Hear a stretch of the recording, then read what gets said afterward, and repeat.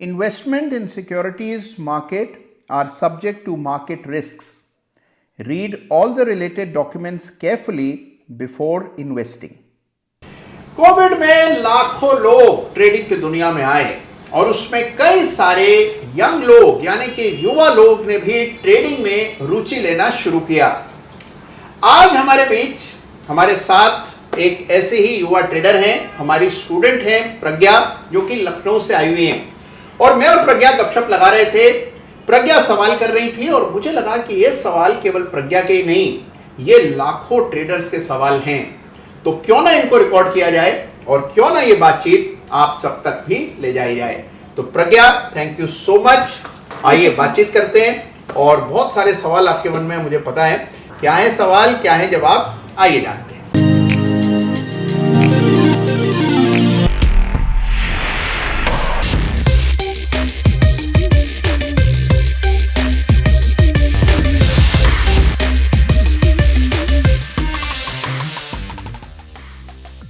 नमस्कार, जय श्री राम। तो प्रज्ञा के पास है ढेरों सवाल, लेकिन प्रज्ञा ट्रेनिंग से हैं इंजीनियर और लखनऊ से नोएडा आई हुई हैं। और इंजीनियरिंग कर लेने के बाद प्रज्ञा ने तय किया कि उन्हें ट्रेडर बनना है। 6 महीने उन्होंने जॉब की और उसके बाद प्रज्ञा ने शुरू की ट्रेडिंग की अपनी यात्रा। तो प्रज्ञा है फुल टाइम ट्रेडर। अच्छा ये बताइए प्रज्ञा, इतनी कम उम्र में जब आपने निश्चय किया कि ट्रेडर बनना है तो फैमिली का क्या रिस्पॉन्स था, परिवार ने क्या बोला आपके? सर मेरे पापा तो काफ़ी सपोर्टिव हैं, बट स्टार्टिंग में जब जॉब छोड़नी थी तो मुझे थोड़ी प्रॉब्लम हुई, क्योंकि उन्हें कन्विंस करने में मुझे 2 महीने लगे। फिर मैंने उनको समझाया कि मैं बहुत ज़्यादा कॉन्फिडेंट हूँ इसे करने में, और जिस फील्ड में मैं जॉब कर रही हूँ उसमें जो ग्रोथ है और इसकी जो ग्रोथ है मुझे उसमें काफ़ी अंतर दिख रहा है, और मेरे को कॉन्फिडेंस था कि मैं बहुत अच्छे से इसे कर ले जाऊंगी। फिर 2 महीने तक उन्हें कन्विंस किया। मैंने जो मेन पॉइंट उनसे कहा कि अभी मेरे पास कोई लायबिलिटी नहीं है और मेरे पास कोई ईएमआई नहीं है भरने के लिए, तो मैं अपना मैक्सिमम रिस्क ले सकती हूँ इस एज पे। वाह, मतलब इस उम्र में भी आपने सोचा कि लायबिलिटी नहीं है, ईएमआई नहीं है, इसलिए ट्रेडिंग करने का इससे अच्छा मौका नहीं है। गजब की बात है, ये सारी बातें इतनी कम उम्र में सोच पाई आप प्रज्ञा। अच्छा ये बताइए कि जब आपने ट्रेडिंग के बारे में सोचा और अब आप प्रोफेशनली ट्रेडिंग कर रही हैं, मिस करती हैं जॉब को अपनी, कि काश में जॉब में होती है, हर महीने चेक आता, अब यहाँ पर हर महीने निफ्टी और बैंक निफ्टी की एक्सपायरीज झेलनी पड़ती हैं, तो कितना अच्छा सुकून का जीवन था, जॉब आपको सैलरी मिल रही थी, तो उसको मिस करती हैं अब नहीं? नहीं सर, मैं मिस तो बिल्कुल नहीं करती हूँ। बस एक इन्वायरमेंट मिलता है प्रोफेशनल, जो कि अब नहीं मिलता, बिकॉज ये अकेला एक बिजनेस है जो मैं अकेले घर में बैठ के करती हूँ। बट मेरे को स्ट्रेस नहीं है, बिकॉज मेरे को एक सेंस ऑफ फ्रीडम है। मैं खुद की बॉस हूँ। बट ये है कि सीखते समय मेरे को जब मैं सीख रही थी तो मेरे साथ बहुत से और भी मेरे ही एज ग्रुप के मेरे फ्रेंड्स थे जो वो भी सीख रहे थे। बट मैं कुछ ज़्यादा सीरियस हो गई और सोचा कि क्या ये सीरियस बिजनेस की तरह किया जा सकता है? नहीं। तो सर आपका क्या विचार है, क्या इसको मैं सीरियसली फुल टाइम दे सकती हूँ?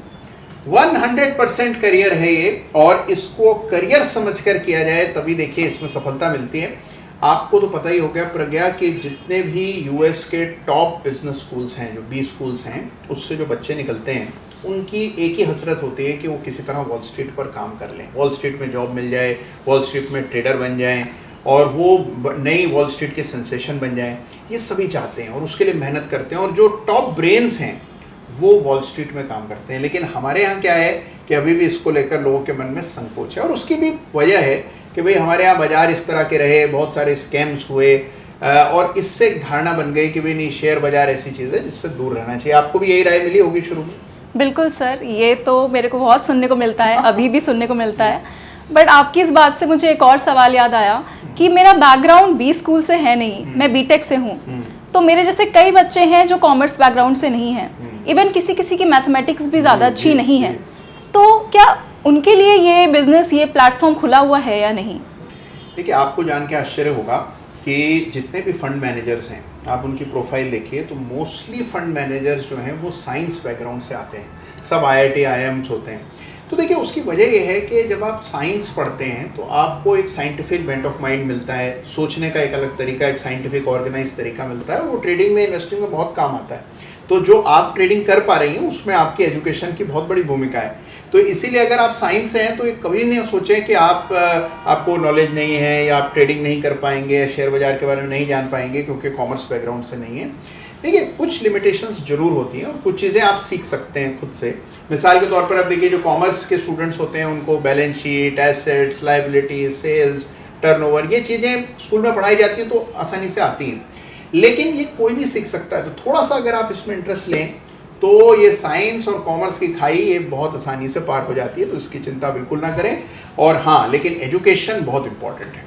तो अच्छी बात यह है प्रज्ञा कि आपने तय किया कि आप इसमें आएंगी after you finish your graduation. तो ग्रेजुएशन से पहले भी ट्रेडिंग करती थी प्रज्ञा? हाँ सर, मेरी ट्रेडिंग की जर्नी तो मेरे कॉलेज के 3rd ईयर में ही शुरू हो गई थी। तो प्रज्ञा, तब ख्याल नहीं आया आपको कि क्यों डिग्री लें, क्यों नहीं डिग्री को छोड़ करके ट्रेडिंग शुरू कर दें? तभी भी ऐसे ख्याल आते थे कि आपने तय किया कि वेट करते? नहीं सर, ऐसा कोई ख्याल नहीं आता था, क्योंकि ग्रेजुएशन अपनी जगह है और ट्रेडिंग तो हमेशा चलती रहेगी।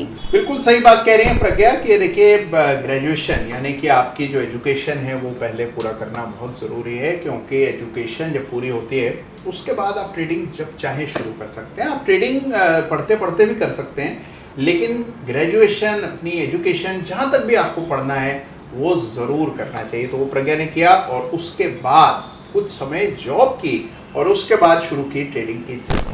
सर, अब हमारी एज के बच्चों के पास तो पैसे तो इतने होते नहीं हैं, और आजकल यूट्यूब में इतने स्क्रीनशॉट्स देखते हैं जो लोग करोड़ों कमा रहे हैं। तो सर ये कैसे हम साथ कैसे जाएं? इससे आपके मन में एक तरह का डिप्रेशन हो जाता है। कई बार मैं खुद देखता हूँ स्क्रीनशॉट, मुझे खुद डिप्रेशन हो जाता है कि लोग करोड़ों कमा रहे हैं। तो आपका सवाल बहुत जायज़ है और बहुत सारे लोगों के मन में सवाल रहता है कि इतने करोड़ों रुपया लोग कमा रहे हैं, इनकी हमारी पूंजी तो इतनी छोटी सी है, हम कब पहुँचेंगे वहाँ तक? तो देखिए, ऐसे मत सोचिए। और होता क्या है कि जब भी मेरे जीवन में मुझे जितने सफल ट्रेडर मिले हैं आज तक, उन्होंने बहुत छोटी पूंजी से शुरू किया था, इंक्लूडिंग माई सेल्फ। तो देखिए क्या होता है कि पूंजी जो है वो आपको महसूस भी नहीं होगा कि कब बढ़ जाएगी, लेकिन शुरुआत हमेशा छोटी होनी चाहिए। बहुत पैसा कोई लेकर के आया हो और उसने ट्रेडिंग शुरू की हो और फिर वो और बहुत पैसा कमा गया हो, ऐसे लोग मुझे कम मिलते हैं। मुझे ऐसे लोग ज़्यादा मिलते हैं जिन्होंने बहुत छोटी पूंजी से, बहुत ही कम पैसे थे, उससे शुरू किया और उसका अपना मज़ा है, उसका अपना फ़न है। और कभी जब आप पीछे मुड़ के देखेंगे, याद करेंगे कि अच्छा मेरे पास तब इतने भी पैसे नहीं थे, मैंने एक लॉट भी मुश्किल से लिया था, फिर आपको लगेगा कि हाँ, बहुत बड़ी यात्रा है, बहुत लंबी यात्रा तय हो गई। तो बिल्कुल इस बात का अपने जहन पर बिल्कुल कोई प्रेशर मत रखिए, जो पैसा है उससे शुरू कीजिए। और हाँ, ये स्क्रीनशॉट से बिल्कुल प्रभावित ना हो, क्योंकि स्क्रीनशॉट जेन्युइन है नहीं है ये हमें पता नहीं है। तो इसीलिए बेहतर है कि हम अपने आप को बेटर करें रादर देन कंपेयर करें किसी से। सही है सर। सर, अब एक चीज़ और रहती है, लिमिटेड पैसा है और एक कंफ्यूजन रहती है कि ट्रेडिंग पहले करें या इन्वेस्टमेंट करें, क्या करें? क्योंकि सुना है कि इन्वेस्टमेंट से रियल वेल्थ बनती है, पर पेशेंस की बहुत कमी होती है, तो ये बोरिंग सा हो जाता है। तो समझ नहीं आता कि कैसे मैनेज करें या क्या बेटर है। देखिए, बात आप बिल्कुल सही कह रही हैं। देखिए, अब आप देखिए वॉरेन बफेट को, कभी देखिए इतने लोग वॉरेन बफेट के कोट्स और उनकी चर्चा करते हैं, सारी जगह उनकी तस्वीरें नज़र आती हैं, लेकिन असल में उनको स्टडी या उनकी लाइफ की स्टोरी जो है लोग बहुत कम समझते हैं। अगर आप देखें एट दिस एज, आज 90 वर्ष से ज़्यादा उनकी उम्र हो गई है, आज भी वो लॉन्ग टर्म इन्वेस्टमेंट्स खोज रहे हैं। और किसी यंग आदमी को आप कह दीजिए कि भाई ये शेयर खरीदो, 4-5 साल रखना है इसको, तो कहते हैं सर 4-5 साल किसने देखे? सर वो बताइए जो अभी अगले हफ्ते बढ़ जाए, जो आज बढ़ जाए, जो कल बढ़ जाए।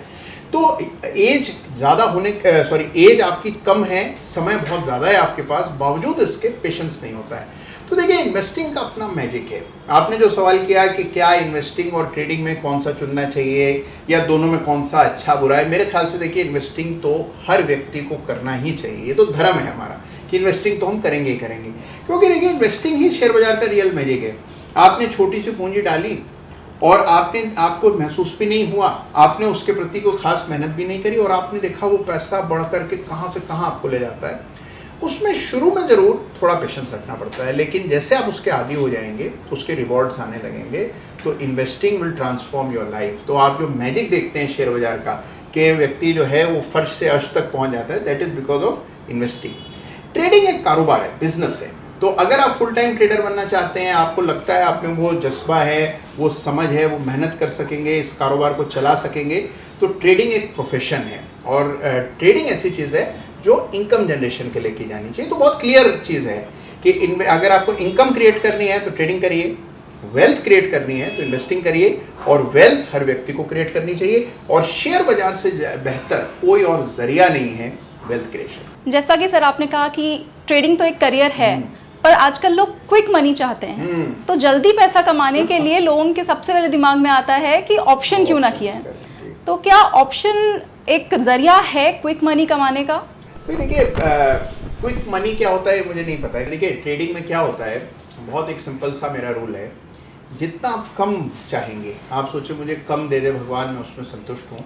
तो देखिए बाजार इतना उदार है कि आप कम मांगते हैं तो ज़्यादा देता है, आप धीरे धीरे मांगते हैं तो जल्दी जल्दी देता है, और आप सोचिए जल्दी मिल जाए तो बाजार फिर कुछ देता ही नहीं है। तो ये समस्या है। तो इसलिए देखिए क्विक का न सोचे, ये सोचे कि आप क्या कर सकते हैं। और रहा सवाल ऑप्शंस का, तो देखिए ऑप्शंस एक ऐसा इंस्ट्रूमेंट है जिसमें बहुत पैसा बनता है, अनबिलीवेबल पैसा बनता है। और हमने देखा है कि पिछले सालों में, 3-4 सालों में विशेष रूप से ऑप्शंस के प्रति लोगों का जो मोह है या जो क्रेज़ है, जो लगाव है, वो बहुत तेज़ी से बढ़ा है। लेकिन options is a professional instrument.